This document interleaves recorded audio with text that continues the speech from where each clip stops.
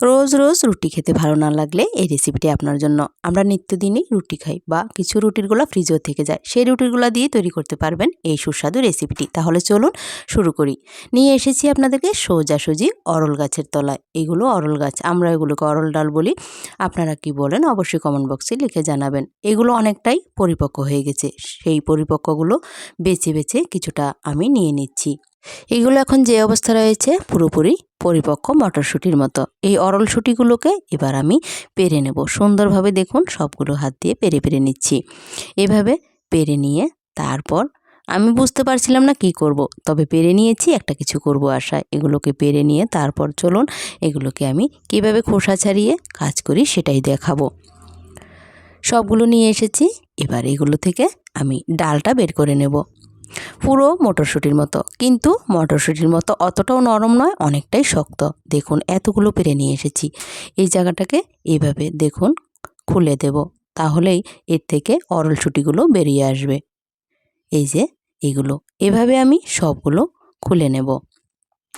বেশ অনেকটাই পরিশ্রম হয় এগুলোকে এভাবে খুলে নিতে। অনেকে পরিপক্ক করে তারপর ডাল করেও খায়, কিন্তু কাঁচা অবস্থায় এভাবেই একবার খেয়ে দেখবেন।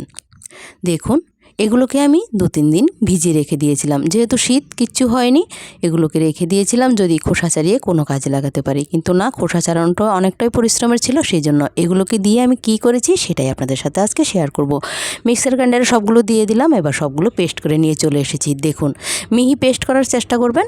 এবার ওভেনের কাছে চলে এসেছি, কড়াইয়ে তেল দিয়ে দিলাম, অল্পই তেল দিয়েছি। দেখুন একদম হেলদি ব্রেকফাস্ট তৈরি করব আটা দিয়ে। এবার পেঁয়াজ, এখানে 2টো পেঁয়াজ আছে আর একটা রসুন আছে আর ছোট একটা টমেটো, সব একসাথে হামানদিস্তায় আমি একেবারে থেতে নিয়েছি। চাইলে আপনারা মিক্সারেও একটু গ্রাইন্ড করে নিতে পারেন। এবার এগুলোকে আমি বেশ নেড়ে চেড়ে অনেকক্ষণ ধরে কিন্তু ভেজে নেব।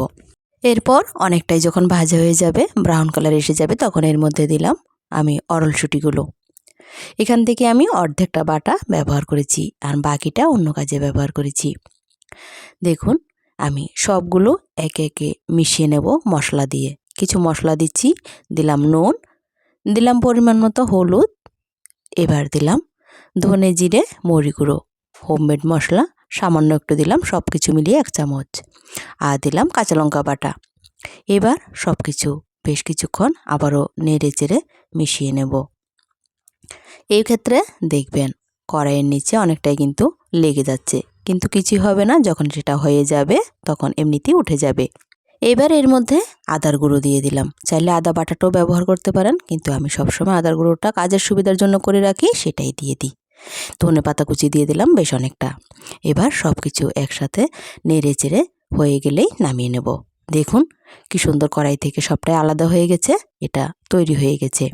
এবার চলুন চলে এসেছি ফ্রিজ থেকে কিছু রুটির গুঁড়া নিয়ে।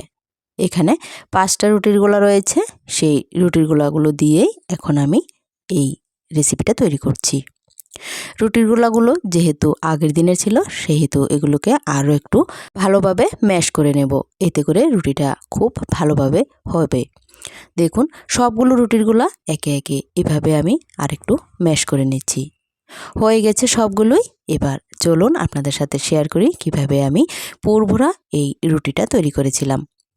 যে কোনো ডাল দিয়ে কিন্তু আমরা এভাবে রুটি বা পরোটা খেয়ে থাকি, কিন্তু এইভাবে একেবারে রুটির গোলার মধ্যেই পুর ভরে দিয়ে যদি কখনো না খেয়ে থাকেন, খেয়ে দেখবেন। দেখুন রুটিটাকে আমি রুটি না বানিয়ে এর মধ্যেই দিয়ে দিচ্ছি এই পুরটা দিয়ে এবার আমি সুন্দরভাবে ওই কচুরি যেভাবে তৈরি করে সেভাবে মুখটা বন্ধ করে দেব। মুখটা বন্ধ করে দিয়ে এবার এটাকে আমি আবারও রুটির লেচির মতো এটাকে সুন্দরভাবে আমি গোল করে নেব। দেখুন এভাবে খুব সাবধানে করতে হবে যেন ভেতর থেকে কিছুটা বেরিয়ে না আসে। আর একটা আপনাদের সুবিধার জন্য দেখিয়ে দিচ্ছি। দেখুন হাতে একটু আটা লাগিয়ে নিচ্ছি, যদি রুটিটা হাতে লেগে যায় সেই ক্ষেত্রে আটাটা ব্যবহার করবেন। দেখুন কি সুন্দর বাটির মতো করে নিয়েছি।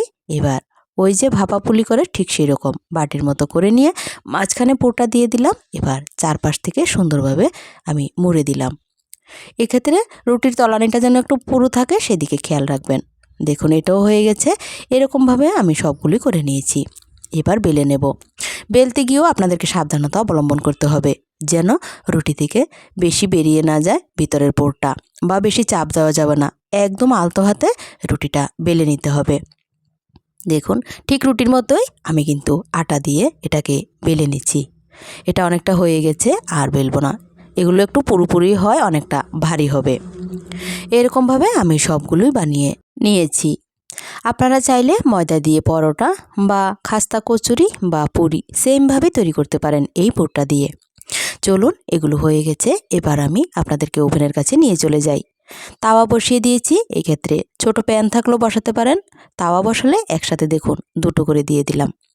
এবার কোনো তেল ছাড়াই আমি দিয়েছি। এগুলোকে এবার একটু হতে দেব। বাইরে প্রচণ্ড শীত পড়েছে, সেই ঠান্ডায় হাত একেবারে ঠান্ডা হয়ে আছে। সেই জন্য দেখুন খুন্তির প্রয়োজন হচ্ছে না, আমি হাতেই এগুলোকে উল্টে পাল্টে দিচ্ছি। এবার এইটুকু তেল নিয়েছি, এই তেলটা দিয়ে কিন্তু আমি এই রুটিগুলোকে করে নেব। ওই মুখের স্বাদ বাড়ানোর জন্য এই তেলটা দিচ্ছি, আপনি চাইলে না দিলেও পারেন। একটু ব্রাশ করে দিচ্ছি তেলটা উপর থেকে, যেন খেতে একটু পরোটা পরোটা মনে হয়।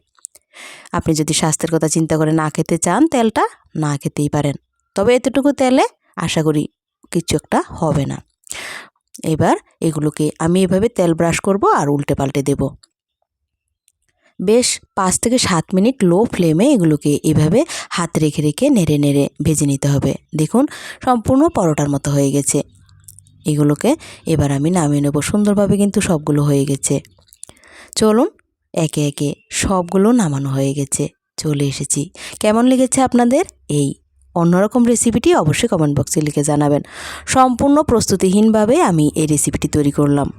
হঠাৎই কী করব এটাই করে নিলাম। কেমন লেগেছে অন্যরকম এই হঠাৎ রেসিপি আমাকে কমেন্ট বক্সে লিখে জানাবেন। আজকের মতো রেসিপি শেষ করছি। সকলে ভালো থাকবেন, সুস্থ থাকবেন, সাবধানে থাকবেন। আর নতুন নতুন রেসিপি দেখতে গেলে আমার এই চ্যানেলটিকে সাবস্ক্রাইব করে পাশে থাকবেন।